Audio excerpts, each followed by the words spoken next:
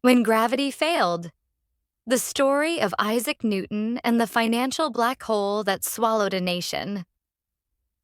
Isaac Newton gave us the universe, a clockwork cosmos governed by elegant, predictable laws. Force equals mass times acceleration. For every action, an equal and opposite reaction. But in 1720, Newton discovered a terrifying exception to his own rules. A force that defied all calculation. A black hole not in space, but in the human soul. It didn't pull on apples. It pulled on fortunes, on reason, and on empires. And it left the greatest scientific mind in history financially and spiritually bankrupt. This is the true story of the South Sea bubble. And the terrifying truth is, you are being pulled by that same force right now. To understand the bubble, you must first understand the birth of modern finance itself. England in the 1690s was a nation addicted to war with France. But wars are fought with gold, and the treasury was bare. The king faced mutiny.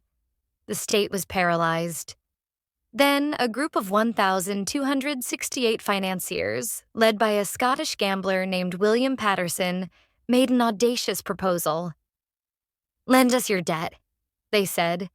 "We will create a bank that turns your promises into power." In 1694, the Bank of England was born. It wasn't a place to store money. It was a reality engine. For the first time in history, a government's credibility, its future ability to tax, could be borrowed against, turned into paper banknotes, and spent today. The first alchemy. They turned trust into currency. The bank saved the state, but it created a monster, the permanent national debt, a growing, breathing entity that demanded to be fed by taxes. By 1710, this debt was £9 million, an unimaginable sum. The political class was desperate for a miracle cure, a financial philosopher's stone to make the debt disappear. Enter the South Sea Company, founded in 1711. Its prospectus was a masterpiece of speculative fiction. The pitch: give us your government bonds. In return, we give you our shares, and we have been granted the asiento, the exclusive right to sell slaves to Spain's South American colonies. But here's what they buried in the fine print. The asiento allowed them to send one ship per year, a single 500-ton vessel to a continent of millions. The limitless wealth was a trickle. But that didn't matter. The company wasn't built for trade. It was built for financial theater. Its board was a who's who of the aristocracy. Dukes, earls, the king's own mistresses. They weren't merchants. They were influencers, using their social capital to mint a new commodity: belief. 1720. The company makes its masterstroke. It proposes to swallow the entire £31 million national debt, converting it into its own stock. To get this passed, they engage in history's most blatant legislative bribe. £1.3 million in free stock is distributed to 462 members of Parliament, 122 peers, and even the king's courtiers. The vote passes. The signal is deafening. The British government is now all in on South Sea stock. Enter Sir Isaac Newton. At 77, he's master of the Royal Mint, president of the Royal Society, a living legend. He invests early. In April 1720, with the stock at £300, up from £128, his genius mind detects an anomaly. The price has decoupled from any conceivable reality. He sells his entire £7,000 stake. A fortune. He steps away, the picture of Enlightenment rationality. He has outsmarted the mob. But the market enters a state of quantum insanity. Fueled by unlimited credit from goldsmith bankers, the stock rips to £500, then £800. Bubble companies proliferate. For making square cannonballs, for importing jackasses from Spain, for carrying on an undertaking of great advantage but nobody to know what it is. This isn't an economy. It's a mass hallucination. This is the critical psychological rupture. Newton watches from the sidelines. He hears of his less brilliant friends making 10 times his profit. The pull isn't greed. For a man whose identity was being the smartest person alive, it was intellectual vanity. The thought that he had misjudged this new system was unbearable. In June, at the very peak near 1,000 pounds, he reinvests his entire fortune, plus more. The man who understood cosmic gravity was sucked into the gravity well of FOMO. In August 1720, the directors and their inner circle, the ones who knew the truth, began a coordinated, silent exit. They sold into the euphoria they had created. The first crack appeared. Rumors spread. Margin calls hit. The credit that fueled the boom now amplified the bust. Banks called in loans, forcing more selling. It was a financial death spiral.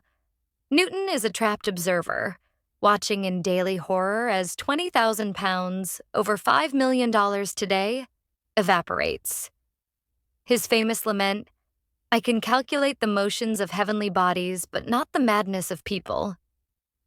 The social damage was apocalyptic. Suicides became commonplace. South Sea widows begged in the streets. The Postmaster General, a key conspirator, drank poison. The political class was utterly discredited. Parliament investigated. Scapegoats were found. The company's estates were seized and used to reimburse the government, not the ruined investors. The Chancellor of the Exchequer went to the Tower, but the real architects, the system of cronyism, the culture of speculation, survived intact. The Bubble Act of 1720 was passed not to protect the public, but to suppress competition, cementing the power of the very elites who caused the crash. Newton never financially recovered, but the deeper wound was to his worldview. The rational cosmos had betrayed him. He plunged into a 25-year study of biblical prophecy and alchemy. Scholars now believe he wasn't seeking gold, but a moral calculus, a hidden law governing the corruption of the human spirit, trying to find an equation for the sin that had broken him. Every major bubble follows the South Sea playbook. 1. The Noble Lie, a compelling story. The South Sea, the railroad, the internet, the mortgage. 2. Easy money, a flood of cheap credit. Goldsmith loans, Fed policy, subprime mortgages. 3. Social proof and elitist endorsement.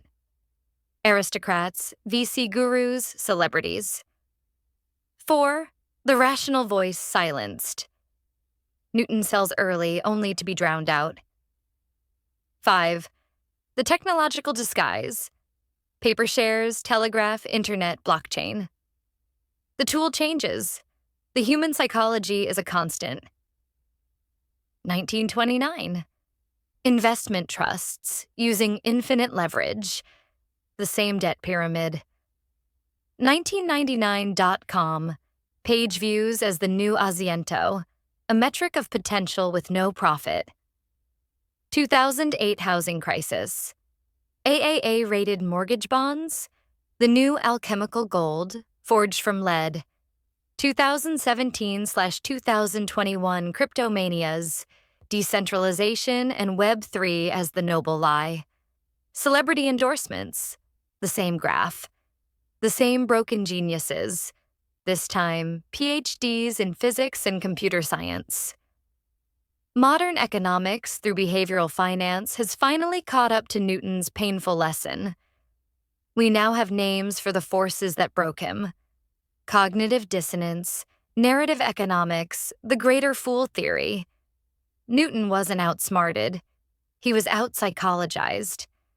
The market isn't a physical system. It's a complex adaptive system, a mirror of our collective ID. So, what's the takeaway? It's not don't invest. It's know what battlefield you're on. You're not just analyzing data. You're stepping into an arena where stories are more powerful than spreadsheets, where your own brain is your greatest enemy. The Newton test. If the smartest man ever, with perfect information at the pinnacle of power, could not resist the pull, what makes you think you're immune? 1. Identify the noble lie. What's the too good to be true story right now? 2. Watch the insiders. Are founders, CEOs selling while talking? 3. Audit your own psychology. Is it FOMO or analysis? Engagement. War. Comment below with one word for the current noble lie you see in markets. AI. UFOs. Let's crowdsource the next bubble. If this deep dive into the broken mind of a genius and the endless loop of financial history scared you, educated you, and made you question your own decisions, then your defense against the madness begins now. Smash like, subscribe, and ring the bell. Next week, we dissect the tulip mania, but not the myth you know. We reveal the true dark economic weapon it really was.